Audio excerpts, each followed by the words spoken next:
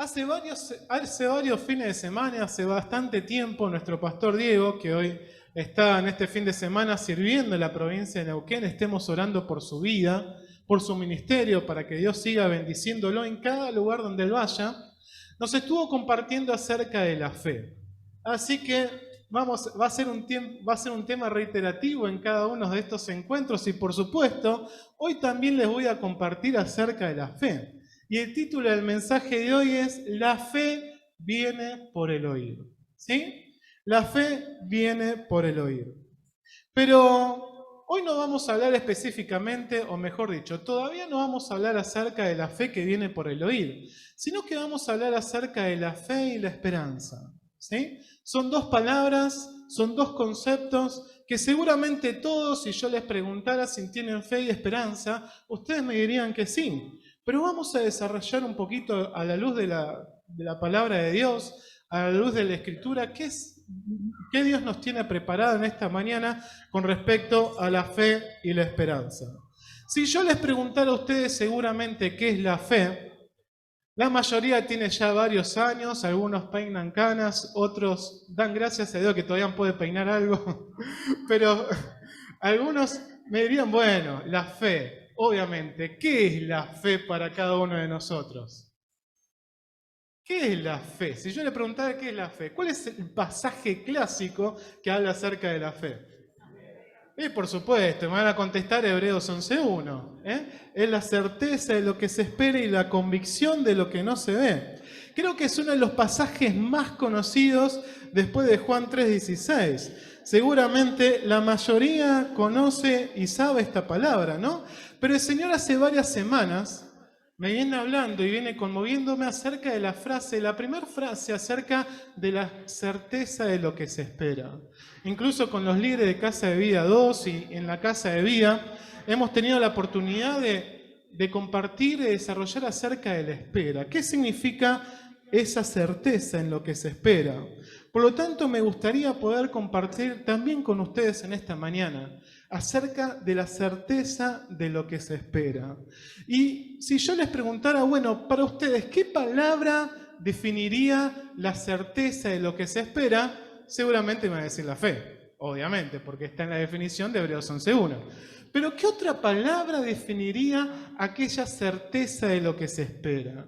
¿Qué palabra definiría esa expectativa que yo tengo para que algo se produzca, para que algo venga, para que algo se realice? ¿Qué palabra se definiría a esa espera? Seguramente me van a decir la palabra confianza. ¿Otro?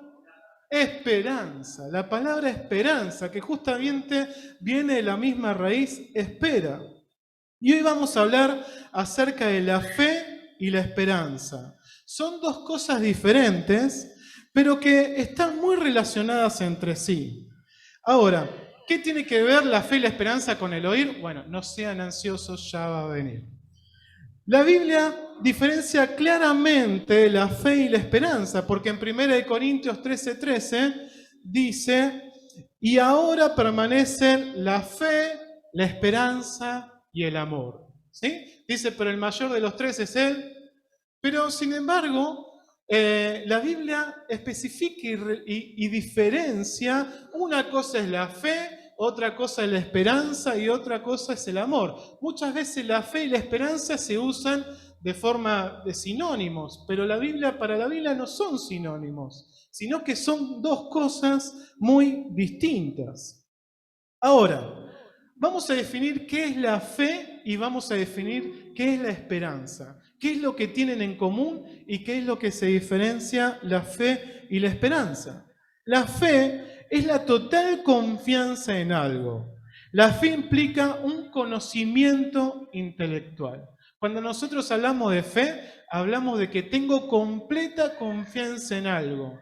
No solamente porque lo sienta, sino porque estoy seguro intelectualmente, tengo la plena confianza intelectual de un conjunto de hechos, así como la confianza en esos hechos. Por ejemplo, tenemos fe en Jesucristo, seguro tenemos fe en Jesucristo, y esto significa que confiamos por completo en que Jesús tiene un futuro eterno para nosotros. Por fe, nosotros creemos que Jesús murió, pero el tercer día resucitó. Para nosotros, los hijos de Dios, no hay ninguna duda con respecto a eso. No porque lo sintamos, sino porque intelectualmente decidimos tener fe en la obra redentora de Jesucristo.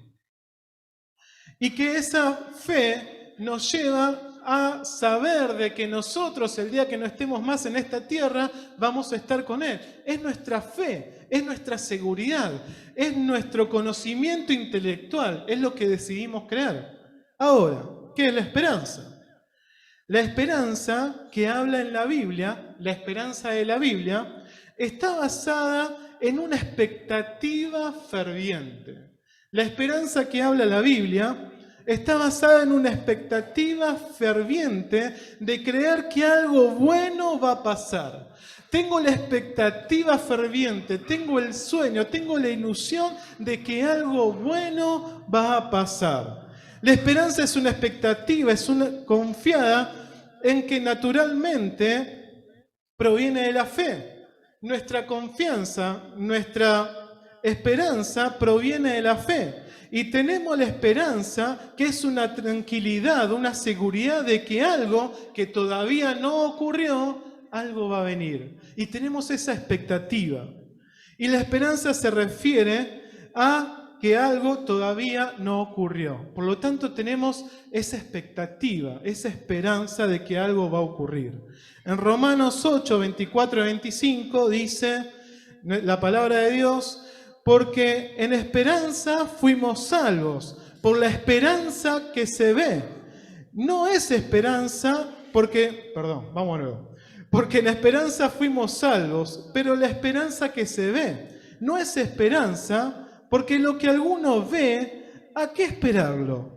Pero si esperamos lo que no vemos, con paciencia lo aguardamos. ¿Sí? Parece medio un trabalengua, pero dice: nosotros tenemos esperanza en algo que no vemos, porque si tenemos esperanza en algo que vemos, no es esperanza.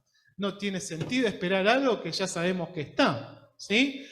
No voy a tener esperanza en un auto si ya tengo el auto, ¿no? Si no tengo el auto y sé que estoy pagando las cuotas, tengo la esperanza de que algún día ese auto lo voy a tener, porque todavía no lo tengo.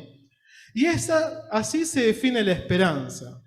Podemos ilustrar la relación entre la fe y la esperanza con la alegría que siente un niño cuando el papá le hace una promesa.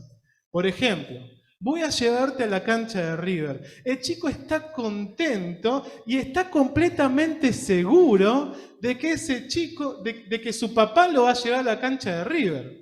Y no solamente está seguro en que su papá va a cumplir esa palabra, sino que el nene tiene la esperanza de ir a ver a los jugadores, de que su equipo va a ganar.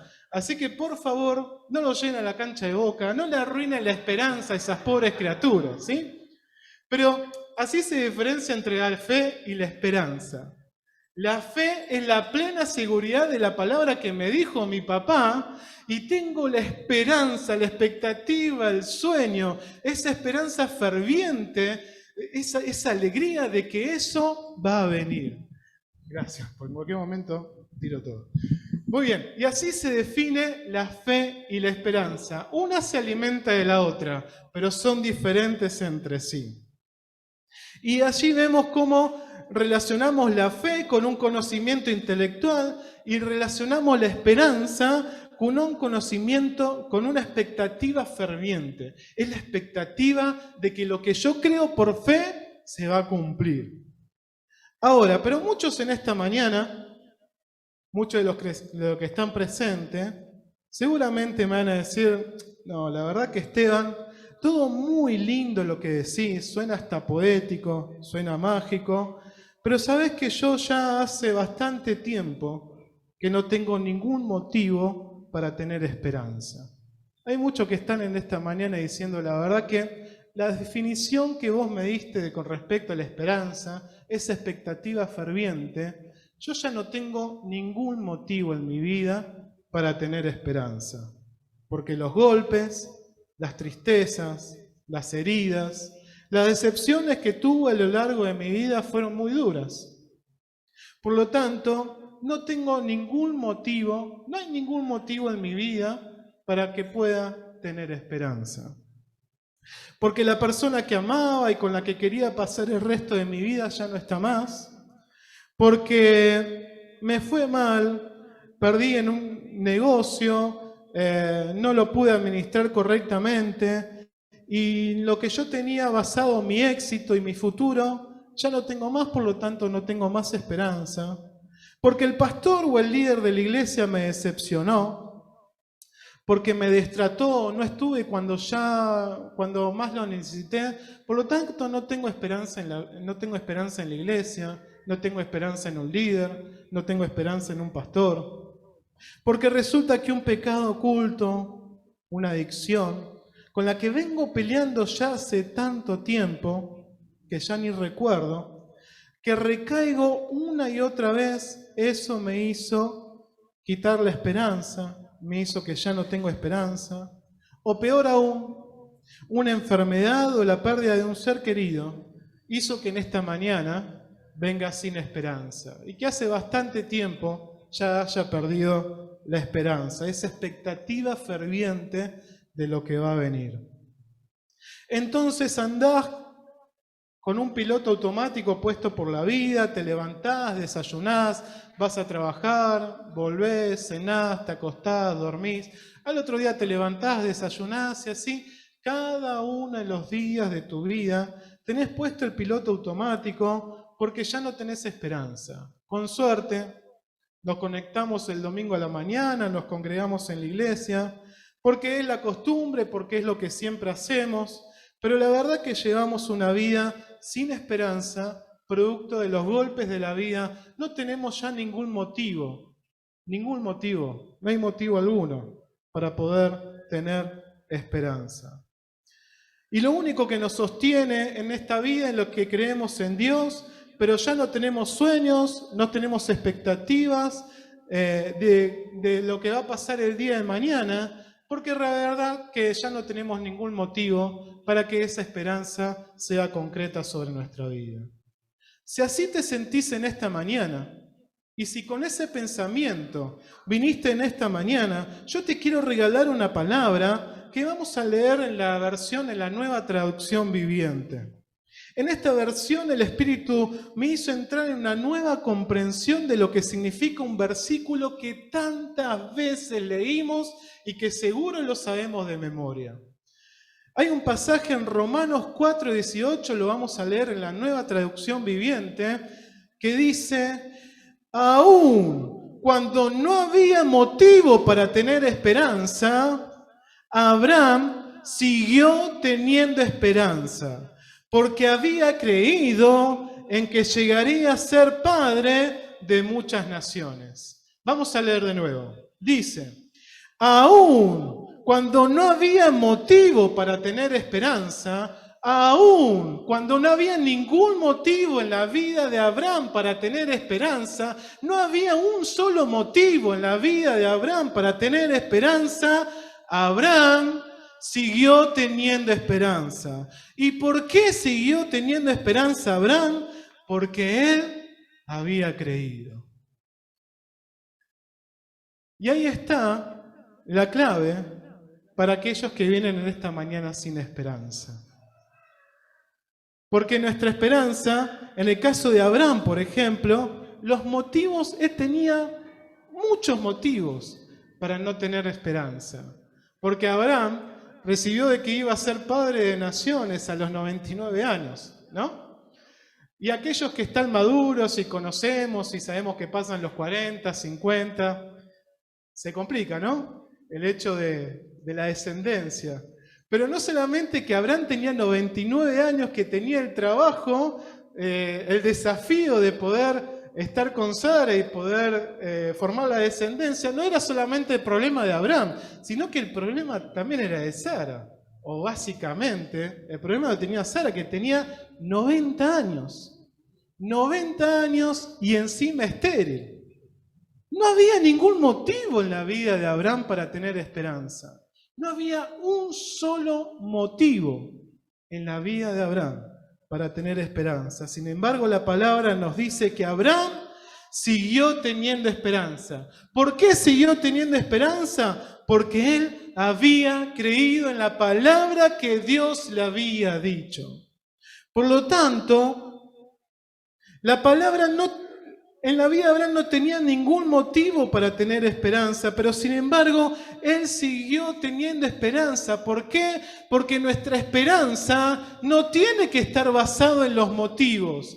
Nuestra esperanza tiene que estar basada en la palabra de Dios y en las promesas de Dios. Por lo tanto, los motivos de tu vida no son razón para que vos estés desesperanzado. Los motivos, los golpes, las heridas que recibiste en tu vida no te tienen que llevar a la desesperanza. El tener esperanza te tiene que llevar a creer en la palabra que Dios te da y en el cumplimiento de que Él es el único fiel que cumple cada una de sus promesas. La esperanza, esto anotátelo en las redes sociales, en el Instagram, en el WhatsApp, anotátelo en la frente, recordalo. Cada vez que te levantes en el espejo, mirá y recordá esta frase. La esperanza no se basa en los motivos, se basa en lo que yo creo. La esperanza no se basa en los motivos de tu vida, sino que la esperanza tiene que estar basada en lo que yo creo. Y obviamente, ¿qué creemos? La palabra de Dios, las promesas y el cumplimiento de la promesa de la palabra de Dios. La esperanza no tiene que estar basada en motivos. La esperanza se nutre y se alimenta de la fe. Si los motivos son positivos o negativos, nuestra esperanza no es estable. Porque si nuestra esperanza está basada en los motivos, yo me levanto mal, tengo un mal día y ya no tengo esperanza.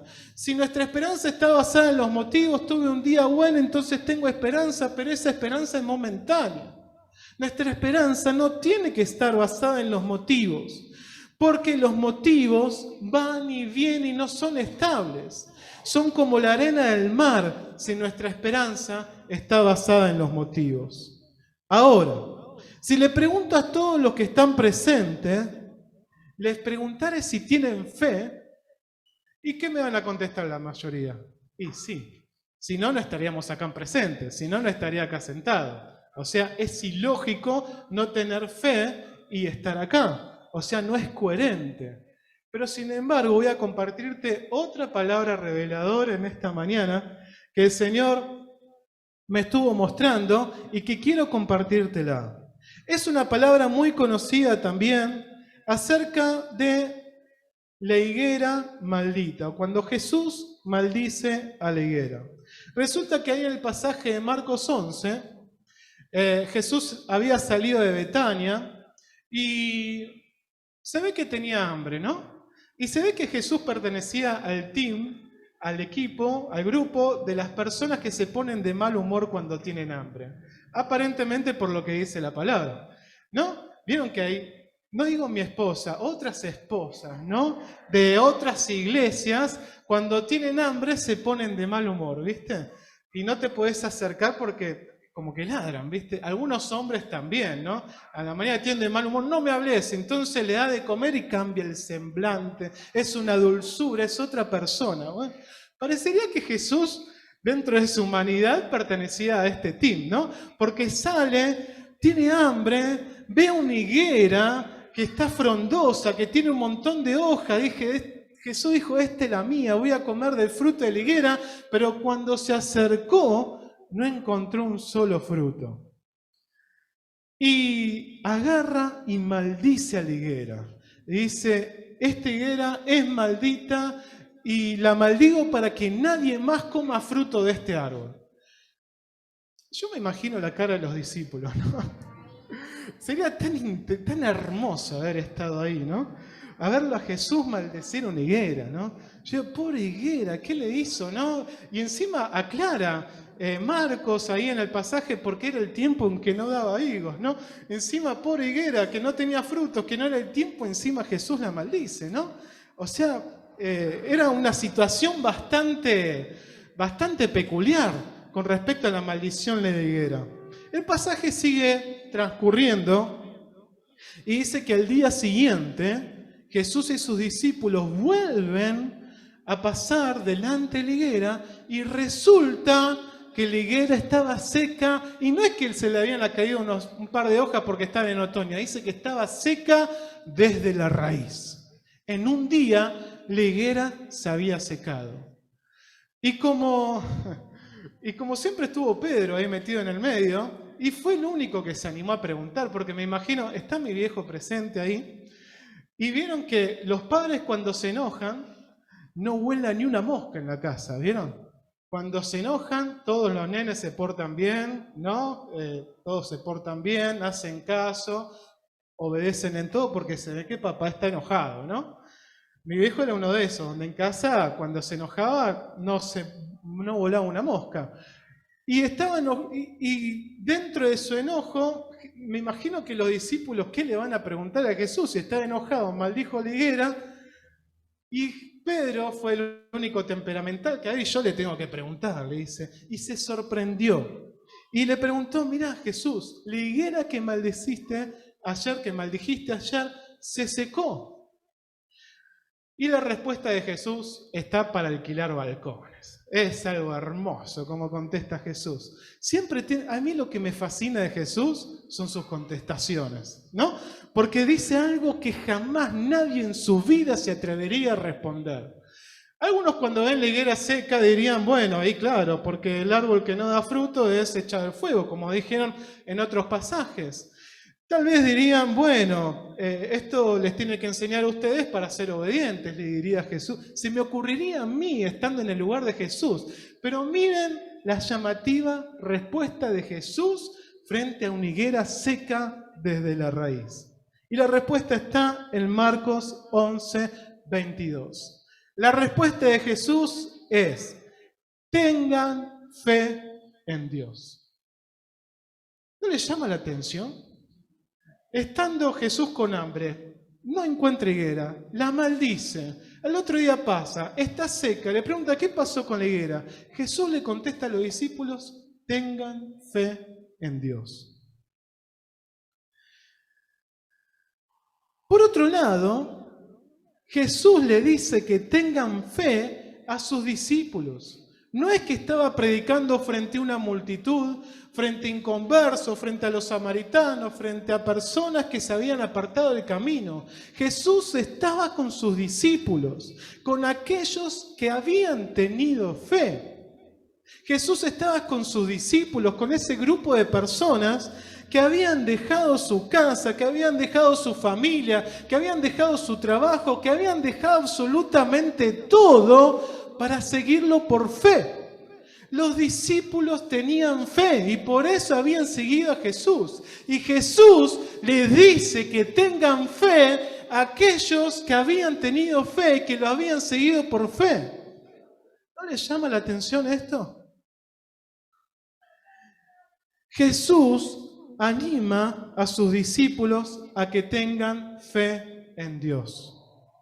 Y en esta mañana, a vos y a mí, que tenemos fe, que estemos acá sentados porque tenemos fe, porque tenemos muchos más años de creyente que años de vida, porque leyeron la Biblia de tapa a tapa varias veces, porque fueron la mano derecha del pastor, porque hicieron un montón de estudios, un montón de seminarios, un montón de discípulos. A cada uno de nosotros nos está recordando y nos dice, tengan fe en Dios. Aquellos que ya tenemos fe. Esta frase de Jesús es un llamado para que revisemos cómo está nuestra fe. En esta mañana yo te invito, a través de este pasaje, a que podamos revisar cómo está nuestra fe, porque es el cimiento de nuestra esperanza. La esperanza espera fervientemente lo que la fe primeramente ha creído. La esperanza espera fervientemente lo que la fe primeramente ha creído. Y la Biblia nos dice en varios pasajes que el justo por la fe vivirá. Significa que la fe no debe usarse solamente como respuesta a la crisis, no solo como respuesta cuando tenemos problemas, no solamente cuando todo se desmorona, no solamente cuando los sentimientos se bajonean y cuando los sentimientos no se agravan, sino que la fe tiene que ser una respuesta y nuestro estilo de vida. Nuestra fe debemos conducirnos en cada momento de nuestra vida, cuando tenemos problemas, cuando las cosas no van mal, pero también cuando somos bendecidos, también cuando somos prosperados. Tenemos que aprender a vivir por fe. Por eso Jesús le dice a sus discípulos, tengan fe en Dios. Tengan fe en Dios. En todos momentos, en todo momento. En los buenos, en los malos. La fe debe ser nuestro estilo de vida, nuestra forma de vida. Por fe andamos y no por vista, dice Pablo. Lo que nos mueve en nuestro matrimonio, en nuestra relación con nuestros hijos, en nuestra economía, en nuestro trabajo, en cada paso de nuestra vida, no deben ser los motivos, no deben ser las circunstancias, no deben ser los problemas, no debe ser lo bendecido que soy por mi jefe. Lo que nos debe mover en cada uno de los momentos de nuestra vida debe ser nuestra fe en Dios. Ese debe ser nuestros motivos. Ahí debe estar depositada nuestra esperanza, en nuestra fe en Dios. La fe no es un estado, la fe no es una estación, la fe no es una parada que alcanzamos en un momento determinado de nuestra vida. La fe no es cuando yo recibí a Jesús en mi corazón, tengo fe, listo, ya está, tengo fe. La fe es un camino que recorremos cada uno de los días de nuestra vida. La fe es un camino que recorremos cada uno de los días de nuestra vida.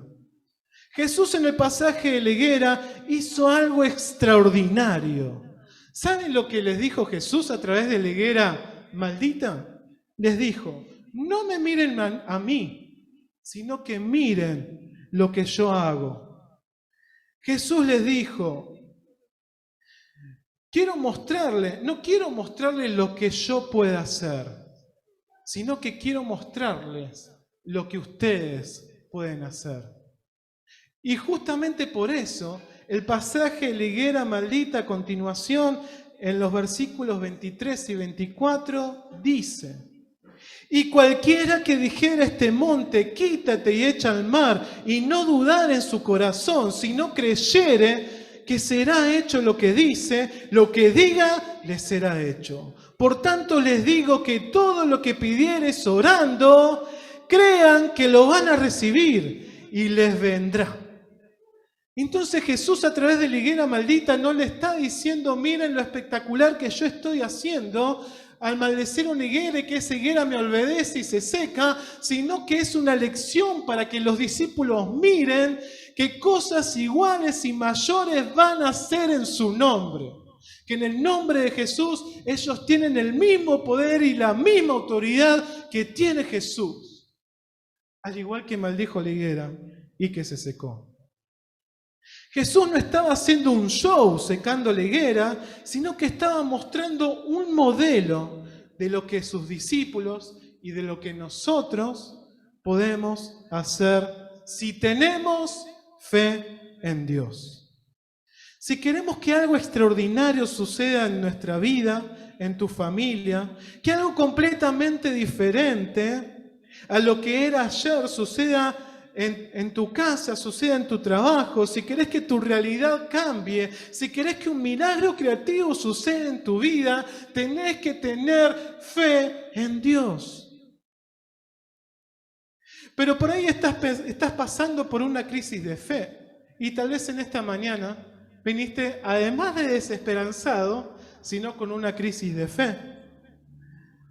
Y me digas, con la fe que tengo, la verdad que no me animo a hacer, pero ni el 10% de lo que hizo Jesús en esta tierra.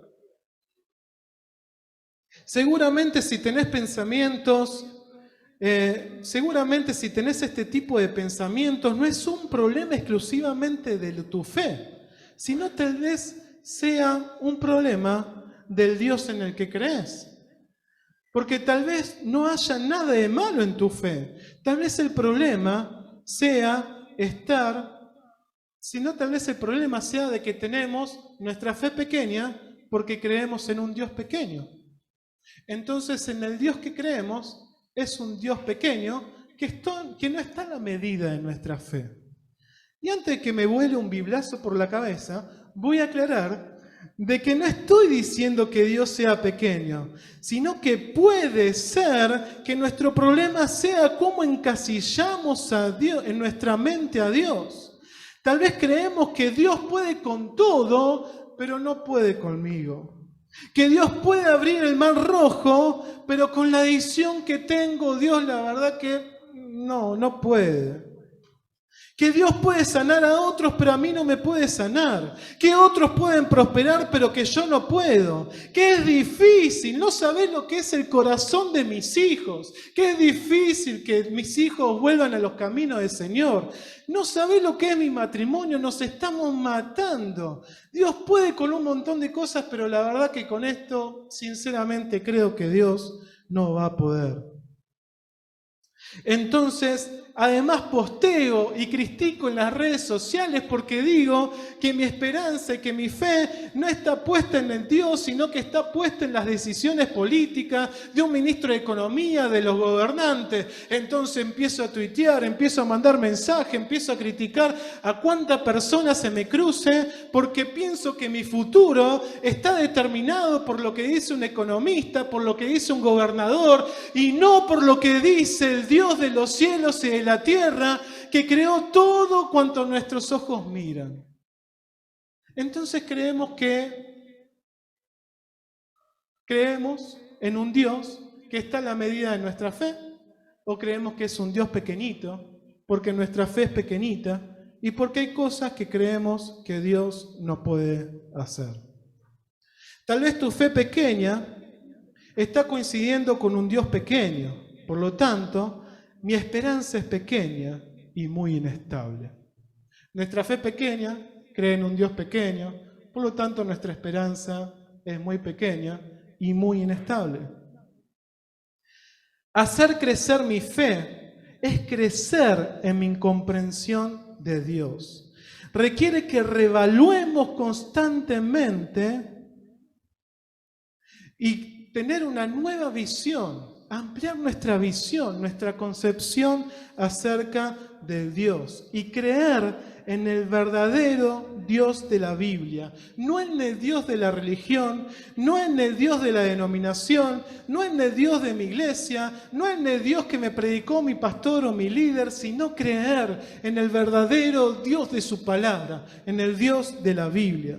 Porque todos nosotros tenemos programaciones internas en nuestra cabeza provocadas por la religión, provocadas por la denominación, provocadas por lo que mi líder, por lo que mi pastor a lo largo de mis años, de mi vida cristiana hizo sobre mi mente, a su medida de su fe y a su medida de Dios. Por eso mi fe, por eso mi Dios tiene muchas veces el tamaño del Dios que escuchamos predicar o que nos han enseñado en nuestra religión, en nuestra denominación, en nuestra iglesia. Y de repente descubrimos que algunas cosas de las que nosotros nos enseñaron que estaban buenísimas, porque nos dieron una base firme, porque me ayudaron a crecer, y honramos a esas personas, y honramos a esos lugares que nos han bendecido de una manera tremenda, porque me hicieron ser la persona que soy ahora, pero que resulta que algunas enseñanzas y algunas cuestiones que nos han enseñado, que nos han impregnado, no están del todo alineados con lo que la palabra de Dios dice. En consecuencia, mi esperanza no está determinada por la palabra de Dios, sino por lo que me enseñaron con el tamaño de su fe y con el tamaño de su Dios. Y de ahí viene el título del mensaje, que la fe viene por el oír. Ya terminando el mensaje viene el título. El título es el pasaje de Romanos 10:17. Así pues, así que la fe viene por el oír y el oír por la palabra de Dios. Mientras pasa Martina a tener una suave melodía, yo te invito en esta mañana a que te puedas sumergir y comprender y estudiar la palabra de Dios, porque la fe viene por el oír y el oír la palabra de Dios. Como iglesia te estamos brindando un montón de herramientas, como decía Andrea en la bienvenida al comenzar esta reunión. Te estamos brindando un montón de herramientas para que puedas comprender, profundizar y estudiar la palabra de Dios. Los lunes tenemos un estudio bíblico donde estudiamos y analizamos la palabra de Dios. El jueves está por comenzar un discipulado, hay más de 70 inscriptos. Va a ser algo tremendo donde vamos a ver cuáles son las bases, cuáles son los consejos, cuáles las doctrinas, las enseñanzas de la palabra de Dios. Pero además te invito a que en esta mañana tomes la decisión de ser un verdadero sacerdote de tu casa y puedas estudiar la palabra de Dios y que ya no te limites a lo que la fe, lo que otras personas pusieron sobre tu vida, en donde durante estuviste desarrollando una fe pequeña con un Dios pequeño, sino que aprendas en este tiempo a ser un verdadero sacerdote de tu casa y que tengas una fe sin límites. Así como tenemos un Dios que no tiene límites, así como tenemos un Dios de que todo lo que dice en su palabra pueda estar en nuestra vida, en mi familia y en mis días también. Dios no quiere que vivas en piloto automático. Si queremos ser como Abraham, que no teniendo motivos para tener esperanza, siguió teniendo esperanza porque había creído, necesitamos tener una fe correcta, que no se obtiene solamente de la religión, que está bien venir al culto, que está bien escuchar al pastor, que está bien escuchar al líder, que está bien capacitarse en estudio bíblico, pero que tu fe no tiene que estar basada solamente en eso. Tu fe tiene que estar basada en creerle a Dios y lo que dice en cada una de sus palabras, que sus palabras permanecen para siempre. En esta mañana te invito a que puedas abrirte tu corazón al Señor, que saques el velo de la religión, que saques el velo de la denominación, que te saques el velo de tu mente de las personas que te han enseñado cosas a la medida de su fe, a la medida de su Dios, y que en esta mañana puedas creer en un Dios sobrenatural, que tiene una fe sin límites, con un Dios sin límites, y que esas cosas sin límites puedan ser cumplidas en cada una de tu vida. ¿Cuáles son las cosas que todavía no le crees al Señor? ¿Cuál es la medida de tu fe que necesitas elevar, que necesitas crecer? ¿Cuáles son las peticiones de tu corazón que te negaste a crecer, que te negaste a creerle a Dios, que te enseñaron a que eso ya no estaba vigente en nuestros días, que te enseñaron que esa parte de la palabra ya no la practicábamos, eso era cuestión de hace más de 2000 años atrás? En el nombre de Jesús, en esta mañana te invito a que puedas creer lo que la palabra dice. Que en Isaías 54:2 Dios dice: ensancha el sitio de tu tienda y las cortinas de tus habitaciones sean extendidas, y además no seas escaso, que tu fe no sea escasa, que el tamaño de tu Dios en el que crees no sea escaso, porque tenés un Dios sin límites, un Dios sin límites, un Dios sin límites. También en Juan 14:2 te dice: de cierto te digo, que el que cree en mí, las obras que yo hago, él las hará también, y aún mayores hará, porque yo voy al Padre, nos dice Jesús. ¿Cuáles son las cosas que creíste que vos no podías hacer? En esta mañana te invito a que podamos creer en el Dios de la Biblia, en el Dios de Jesús, en el Dios que creó los cielos y la tierra, en el Dios que está pendiente de tu vida también, en el Dios que te mira, en el Dios que te abraza, en el Dios que te susurra a tu oído a través de su Espíritu Santo y te dice que todavía hay tiempo para tener esperanza, porque la esperanza no se basa en los motivos, no se basa en la circunstancia. La esperanza no se basa en lo que te sucedió. La esperanza no se basa en el pasado. La esperanza no se basa en las crisis, sino que la esperanza se basa en creerle a Dios.